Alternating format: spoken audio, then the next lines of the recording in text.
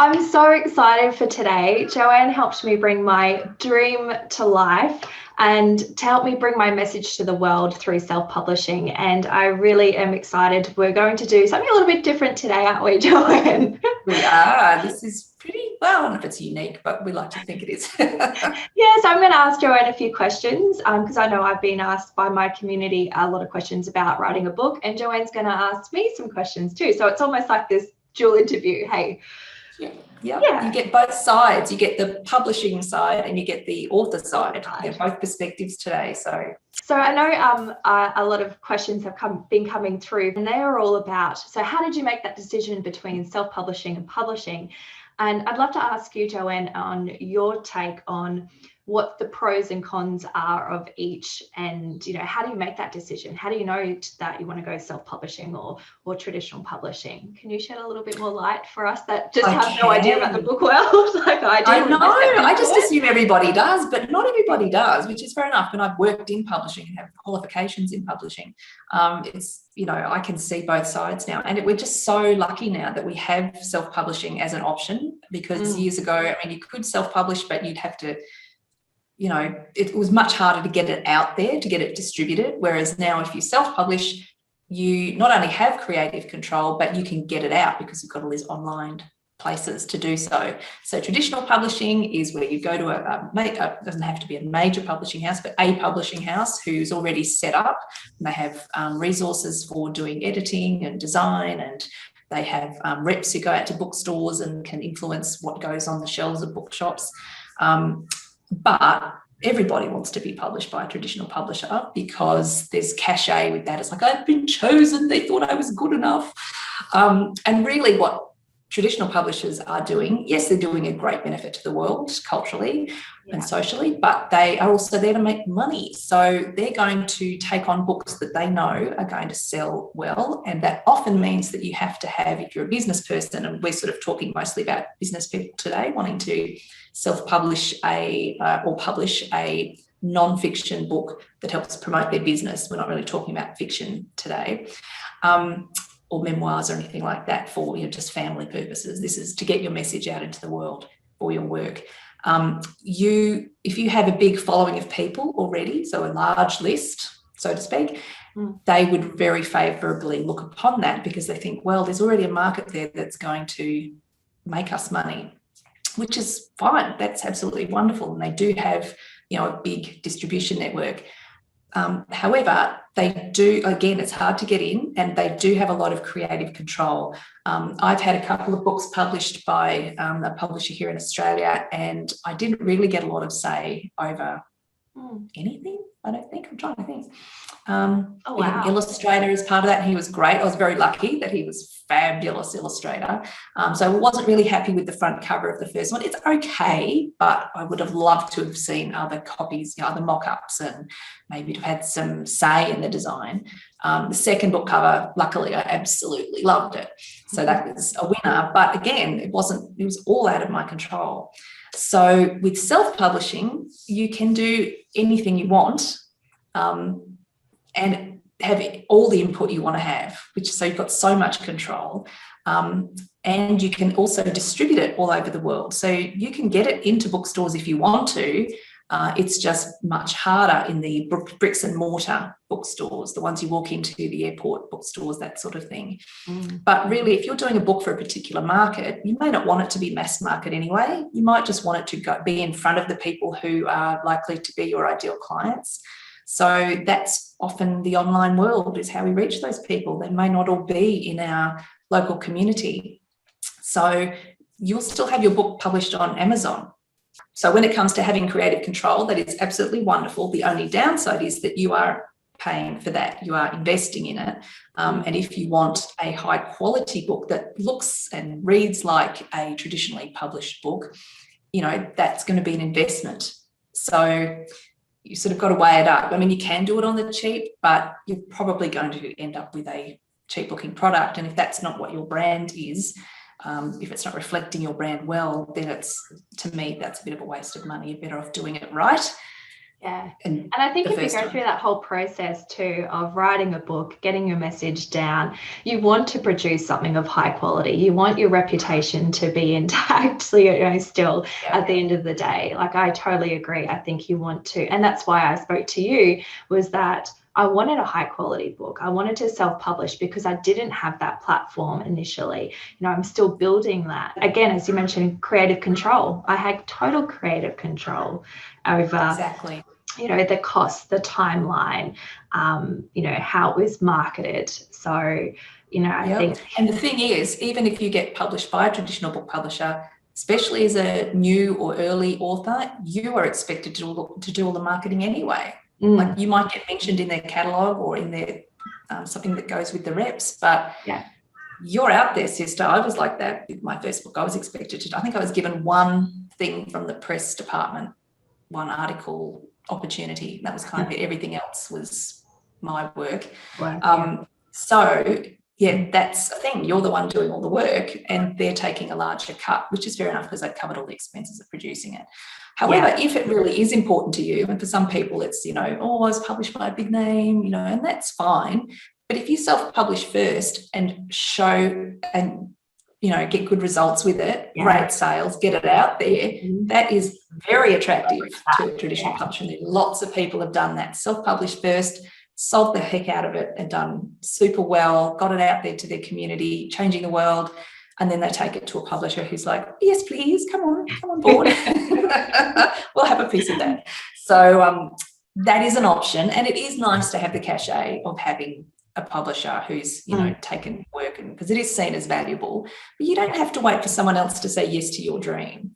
Absolutely. Because you know this, if you want to write a book, it's in you and it keeps nagging away in the back of your mind, I want to write that book, and you're seeing everybody else do it. Everyone you follow online is like, oh my God, she's bringing out a book, and then you see their launch and all the marketing they're doing, and FOMO and actually, there were so many people saying, how did I start? And for me, I know it was more about setting a goal and just sitting down, writing and creating that habit. For those that that know that they've got that little voice in their back saying you need to share your message with the world through a book, how do they actually start? What's the process? Because I know a lot of people have asked me, and for me, I just say, it's just a habit. I just did it, and I was very proactive in it. But some that are you had a great system. And I think the important thing is with the writing piece, and I'll tell you about each stage, but the writing piece, it is important to pay attention to you, like tonight. It's such a journey. I know it sounds like a bit of a cliche, but it is a real journey of transformation, writing a book, because it's not necessarily easy. It's a big project. If you're an expert in one field, doesn't mean you're an expert in this. You may not be the world's, will feel like you're the world's best writer, but you can express yourself fairly well. And you think, I think I can do this, but it's just a mind game. So you have to know what works for you with other projects. How does it work best? Do you do little bits at a time? Do you just think, no, I need to block out full days and just dive in fully and go into an Airbnb and tell the family I'm not answering the phone for a day or something? You've got to do what works for you, and that definitely worked for you, doing that little bit every day, which is fantastic. I know a lot of people also work on, depending on their human design or their cycle, for instance, they have ways that they work. So it's almost looking at what they've traditionally done and what's worked for them, and then actually applying that to their writing. Exactly. I mean, it can be a joy writing, but as with everything, it may not always be that way. So it's getting through that, and I recommend having accountability and somebody who knows that you're doing it and you're sort of aware that you've made a commitment. You're not wanting to let yourself down and sort of be shown up. I think that's a big factor. When I was writing my manuscript, I think it took me 3 months just to get it all down with that, just having that daily habit of just writing. It took me 3 months to get my first draft down. But then when I looked at my draft, I was like, what do I do with it now?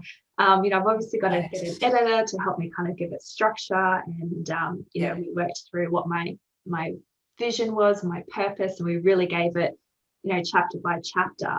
And that took up to 6 months. And I remember balking at that time frame, but it flew by so quickly. And, the growth and the journey of writing a book has been incredible. But I've grown through so much too, because you're learning along the way. I know I'd love to hear about timeframes, because I know a lot of people are saying, well, how long did it take you to write a book? I know everyone's different. People have, different lifestyles and everything. For me, being a mum, like it took ages to do, that editing process and get through it. And then, when I spoke to you, we connected and we did the publishing, route. That in itself had another time frame to it. So generally speaking, how long would it take to do the editing process and then the publishing process? Well, it does vary. Traditional book publishers, it can take like 18 months. It just depends, because they've got so many things. And also if they're printing the books offshore, they're not doing print on demand the way that self-publishing generally is. You can do printing yourself if it's like a full colour glossy sort of cookbook and you want it to be to a certain quality, certain paper, certain stock. You can have it printed yourself, but I generally recommend print on demand for most books that are more text-based, which is quicker for printing. So what I do, and not everybody does this, but I recommend having a planning session at the start. And I generally, with my private clients, have a planning VIP day where we just look at everything to do, whatever you've been thinking. You'll tell me beforehand. I'll have been starting to generate ideas and doing research for you. And then we come together and we look at your target market. We look at the message you're wanting to get out, how this book is going to connect to your business, because you kind of have to keep that in mind if it is a book to promote your business. And look at the competition, but not spending too much time on that, just seeing what their approach is. And a golden tip here is looking at the Amazon reviews for books that are your competition and seeing what people are saying. There might be some things that are missing, that they've not covered on the topic that you are going to be covering. And that could be valuable for you to make sure you incorporate and highlight in your marketing. Yeah, good tip. That is really, really handy. And it can also be talking about the way they've expressed it and all that sort of thing. So it's really useful, but don't stay too long in that, because you want to stay true to your path, and stay in your lane. But it is wise to know what is out there now. So once you've got, and also part of the plan is looking at a production timeline. So, okay, let's spend this long on writing, this long on editing, and each step subsequently, and the book should then be released at this time. And you might time it to be with an event, say International Women's Day, or it might be a pre-Christmas launch, so you bring it out in October, so you can really be marketing it up through the pre-Christmas selling season. So, but that's what we did. Mine was for Mothers, and we kind of lined it up with Mother's Day. So we did. That's right. Getting up to it. Yeah. That's right. So people could purchase before the day. Another golden tip is to put a buffer into your timeline. Yeah. Because life happens. So I always put in, an extra week or two, or a bit more sometimes in each stage, just to allow, because things do happen. Technology breaks down. Something happens in your family and you need to just take time out for a little bit. And if you still want to stay on track as far as possible for that deadline, just give yourself time. Don't rush these things, because as we said, if this is part of your legacy, then this is worth investing time and money in. Absolutely. Like, give it the care it deserves. And I couldn't agree more. Like, having that buffer, and mum, life happens. Your children get unwell. For me, trying to keep that energy going and keep the process going. It was always nice to know that if we were a few days behind, it's okay. We can catch up, because we do have that buffer. I totally agree, because everyone's life is so chaotic some days, or some weeks and months. So exactly, especially if you're a business owner, you've got things happening, with clients and with the marketing, and there's a lot happening. So also with writing and with the whole production of your book, you should be keeping in mind that if you are running a business, that is a big deal. And this is a big project. So don't take on too much during this period. Really give it some space. because it is tempting to think, oh, I'll just, I'll do another program or whatever. And it might also be that you are creating a program that's the upsell from your book. So that's already something to factor in if you don't have that already planned and ready to go. So, just be gentle with yourself. It's really something you need, and pay attention to your energy and your health, because it's a marathon. The book production is a marathon, and then the book marketing, which we'll speak about in a minute, is also a marathon, and you need to have energy for that. And I see even, big name people who are out there who've had their book deals done and they've done big launches. They're taking time off because they're just wiped out because it's so big, and they've got huge teams. Yeah. But having said that, you don't need to put your book off forever. Yeah, because, there'll always be something, won't there? It's just making a priority for a year. Just say it's okay, next year, that's it. And once you set that intention, that's, just flows from there too. So we've done our book plan, which not everybody does, but I just think, especially if you're putting off, if you've been writing bits and pieces of your book and not making real progress and you're procrastinating, it's often because you don't have complete clarity about your message and what you're trying to say in the book.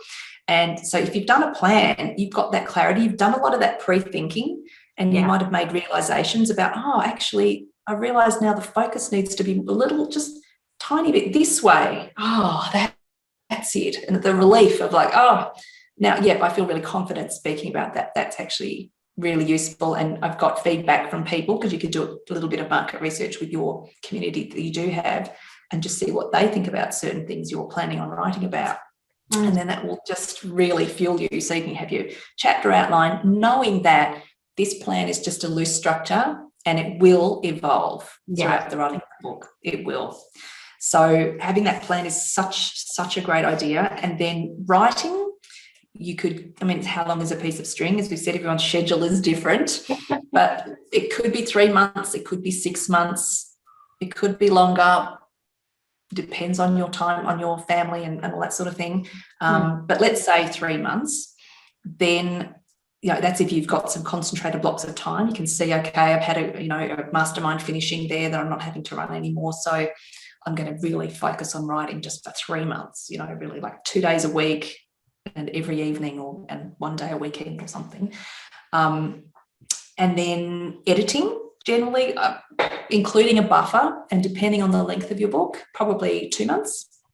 Yeah. And at the end of the 2 months, what I do is, and that allows for sort of corrections coming back, or questions, queries, author queries, you having time to answer them, the editor having time to input them, tidy it up, send it back to you again to check. So there's still a lot happening. It's still intense in that editorial period. Marketing, I tend to do this at the end of the editing period, once we know, because things can even evolve a bit during the editing period. It might be that the editor spots something that you maybe haven't thought of, and so you add that in. And so things might still evolve and slightly change from the original focus. So for the end of that period, when the book is like, okay, this is pretty much how it's going to be when it comes out, that's what you're going to be marketing, that concept and that feel for the book. So we do a marketing plan then, where we look back at the original plan, look at the target market. Yep, that's still the same, or it's slightly changed. And then who are we going to get this out to? How are we going to do this? Who are we going to approach to be on podcasts, or what blogs are we going to write, or, all sorts of different marketing media things that you can plan for. And that also informs the cover design. So we would brief very thoroughly so that we are sure of getting close to what we want, the cover and internal design, and have that over about a month after the editing. And then once we're happy with how that design is going to look, we filter into the layout. This is for a print book. Ebooks are a bit different. You only need the cover design, really. Yeah.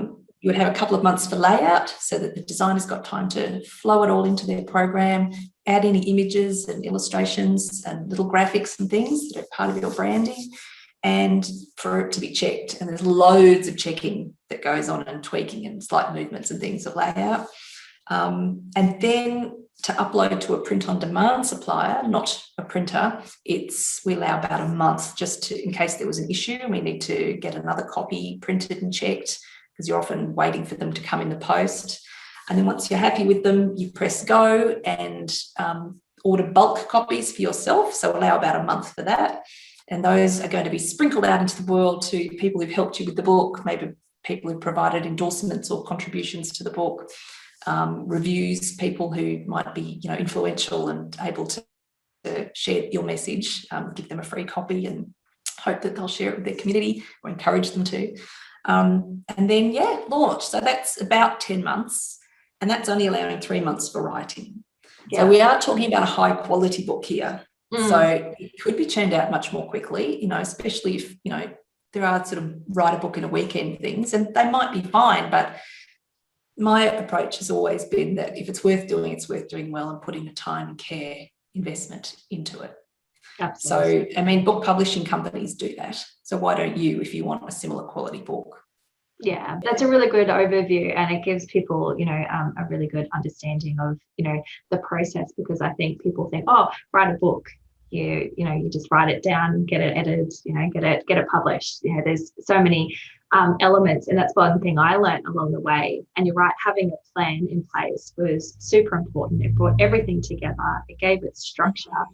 You know, I think people buy a book for a reason, and, you know, or if it sounds interesting, or if they see like it's an answer to a question that they're having.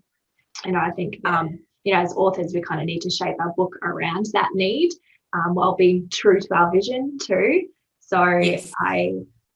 I found having a plan and a structure around it definitely helped that process and keeping you in line and in check the whole way through. So. Exactly. Well, that's what I do. That's the process I follow for my private clients. But I'm looking at running group programs where we do it together and do the planning as a VIP day as a group, and then the writing maybe 10 to 12 weeks, so that you have to submit, say, every week something to me, and I will, you know, a certain number of words, I will edit the first couple of pages and then just make comments throughout the rest and send it back to you, and that will help inform the next chapter that you're writing, or a further down chapter, and also help improve your writing, because I'll sort of pick up the odd little thing about how things could be expressed, and you'll find yourself improving as you go.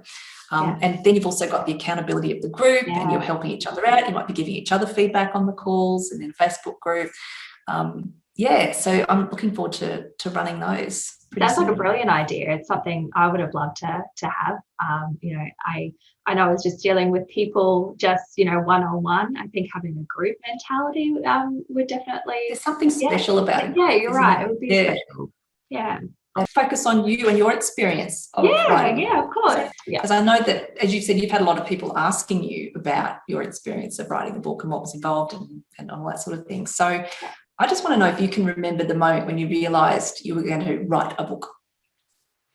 Oh, I know you said before it fell out of you. Tell me more. I do mention that a book did just fall out of me, and what I mean by falling out was that my book is about my journey and as a mum, and I think when I was writing that down and I was sharing that message with other mothers, and I started piecing it all together, I started to share my story and my experiences from my personal life, and then how I fixed it. And then I thought, this is a group program, but it could be something else too. It could also be a really good book.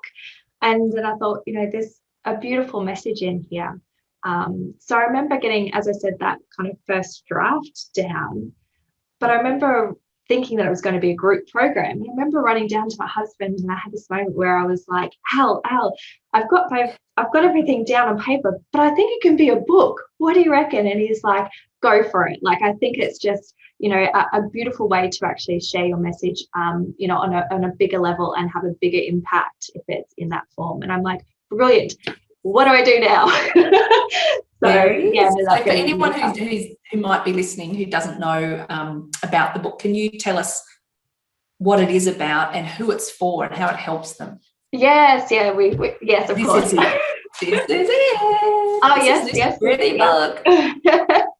It's such a beautiful book. I'm so proud of it. It really is. So it's called Jawn Warrior, The Modern Mum's Guide to Harnessing Your Power and Creating a Life You Love. And so it's for new mothers with like a young family. And, you know, I think the adjustment to motherhood is so difficult because there's all these multiple shifts that happen. You know, a new baby means a new mum, a new dad, a new family, and your whole dynamics change and your whole world gets flipped upside down. So, you kind of generally, you go through this process where you kind of put yourself last. At the bottom of the pile. You start comparing yourself, and you find that your life kind of goes on hold. And I think many new mums believe that they just have to wait till the years go by to kind of get this other life back, or to move forward with their new goals. And only then there'll be all this time and energy to, pursue their career, to do their hobbies and everything. And what my book is about is that you don't have to wait. The Jawn Warrior path is a system and a proven program with two key benefits that support each other. And the first is reclaim your energy and nurture yourself now. Plan and achieve your ideal life one morning at a time. So that's where Jawn Warrior comes in. And the book's filled with all these affirmations and guided meditations, and it's filled with planning tools and exercises for mums to really help them enjoy motherhood and really focus on their own awakening and development at the same time. So that's what my book's all about. I know. And what I love is the perspective you bring in this, that motherhood can be seen as actually a huge gift, because you get to transform and you get to grow. It's like writing a book, not that's quite the same, but exactly right. it can be a challenge. It's you've got all these new opportunities. You're right. And when you look at those, if you can look at the challenges as opportunities and see that you are evolving through it, it is this beautiful gift. And, sometimes having the know-how to handle that can help. And that's what my book is, providing the step-by-step. And you're showing your children, you're role modeling for them. I mean, right from the very start. You don't have to reach rock bottom, which you speak about reaching your rock bottom in this book. Oh, my goodness me. You don't have to do that. There will be challenging times, but if you can set up this supportive structure for yourself, oh, my goodness. And it doesn't have to be dawn. I know some people who are more night owls might balk at that, but you say, it doesn't have to be dawn, but you do give a really good, powerful argument for the power of dawn. So there's a lot of evidence. Read the book and find out if you haven't read it. There's a lot of evidence, and I'm a bit of a research nerd, and I think it's important to know that, my journey isn't just my thoughts, it's also backed up by a lot of research and evidence-based research. So and that is a really good idea to have that. For anyone who's writing a book about something that might benefit from proof, in that sense, that it's not just your journey, it's actually this has been shown to be beneficial. Yeah, absolutely. In a powerful way. Yeah. So tell us a bit about your journey. So you were writing a group program and you realised it's actually a book, and then you thought, okay, I need some help. I don't know what I'm doing. Hey, what do I do? Yeah. And you found somebody to help you. So I engaged with a editor. So once I got it all, the first draft down, I engaged with an editor. She gave me the structure around, finding my purpose and my vision and how I wanted this book to kind of go out into the world, because your book has its own journey and its own life as well. So and I feel like every book has its own soul. So to be able to bring that message and that to fruition and visualize that and how that's going to be in the world, I think that's super important as well. Sometimes you get bogged down with the small details, and sometimes it's nice just to look at the bigger visual as well. And to get another perspective. Absolutely. And we really sat down and worked out, the target audience, and gave it, by chapter, making sure it all flowed together in a chronological order as well. So and then once I had that down, I was like, okay, well, I'm going to have to publish it. How am I going to do this?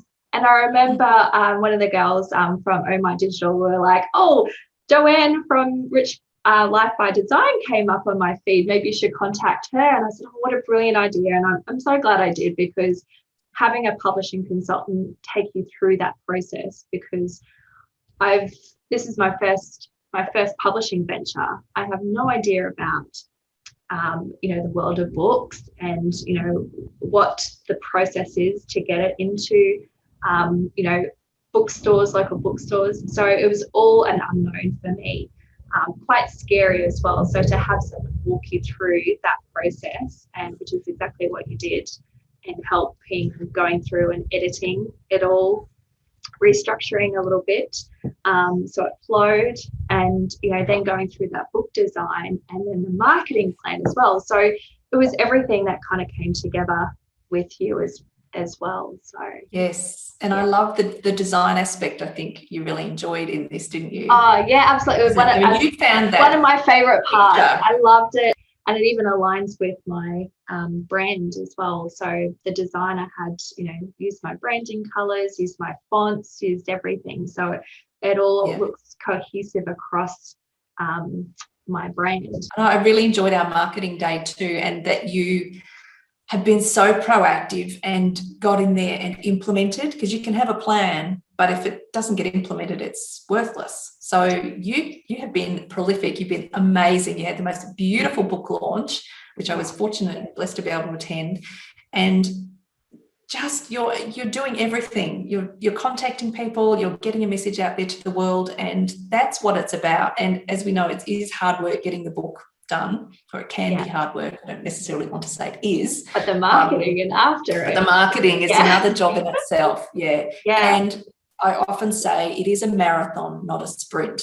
Don't think that you have to do absolutely everything in that plan out of the gate. Give yourself a couple of years even to just doing 5 things a day or whatever you can manage to just focus on the marketing of the book. It might be just sending one email to contact a pitch to a podcast host and all that sort of thing. But you can do little sprints within that overall marathon. So if okay, I've got a bit of free time here, or the kids have gone off to the grandma's for a week, I can just, if I can book 3 podcasts a day, I can do it, and then collapse at the end and just have a bit of a break, and then and that's what I love about a marketing plan. It gave me the confidence to go out there, and you gave me the tools and the encouragement to take that step and speak to local bookstore owners and get my book out to local bookstores, to speak to podcast hosts that share a similar audience where I can share my message through. Your plan and the marketing around it gave me hope, encouragement, and the necessary tools to take those steps. So I think having you in that end of that process, has been so beneficial. Yeah. Oh, fabulous. So I think I'm going to know what this is already because we've kind of covered it, but can you tell us what your favourite aspect of the book creation process was? Yeah, definitely the book design. There were so many elements of the book that you shed a lot of light on, coming from, from the font to the way that the book was structured. I think even the cover and the back cover, but the brief that we put together was so comprehensive. And when the designer came back and gave us the book cover designs, this was literally the one that stood out. I mean, there was 2 that stood out, but this one, and we just pursued this, and it was just so on point. It was very minimal changes that we made through that process. And I think that's why it was so easy and enjoyable. And my favorite part was because I had the expertise behind me saying, hey, I came across this font. I don't know where you were reading that font. What do you think? And he sent me the clip, and I was like, oh, something. It was incredible. I would have never come across that unless, I had it on board. So, and I've had so many comments actually about the book saying it feels incredible. It reads beautifully. Just the design of it is of high quality, and that's what I wanted, and that's what I've got. That's our amazing designer, Amy DeWolf. She is incredible. I make my briefs very specific to designers because they don't know what we've been through. They don't know the book. We do. So we have to give them as much guidance as we can, as many ideas as we can, but also give the designer creative flow and freedom as well. Because then you're just like, oh my God, I would never have thought of that.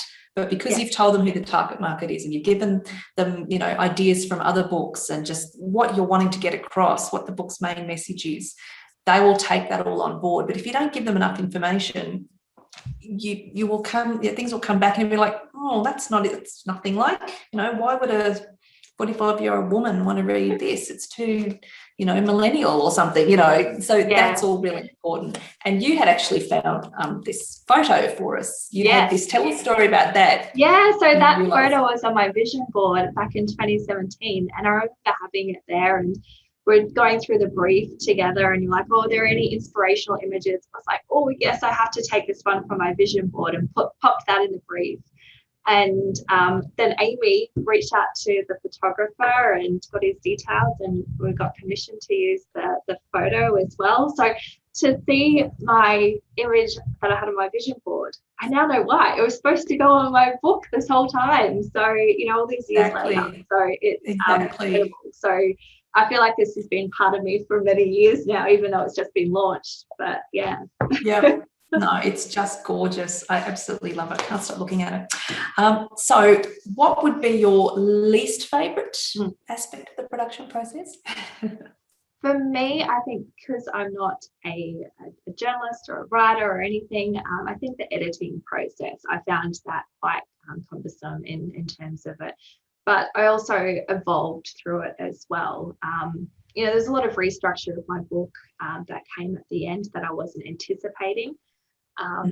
But that's okay. Like, it now reads, beautifully, and I've had a lot of great comments from it. So I think that hard work that I wasn't anticipating in that editing process, that was my least favorite part. Yes. Well, that leads me on to asking how you dealt with editorial feedback, because I know a lot of people worry about that. They think, this is my baby, I can't handle it. It'll be like being stabbed in the stomach, getting this, I just can't face it, it's too painful. But it doesn't have to be. It's all in how you approach it, isn't it? And also how good your editor is at delivering. I mean, editors have to be diplomats and be kind, because it is such an emotional thing. Yeah. How it's delivered and how you choose to receive it. Yes. So how did you? I think the way I took it was I wasn't attached to it. I had to detach myself from the book, because I now realized I've got my message. Like, the key message is in this book.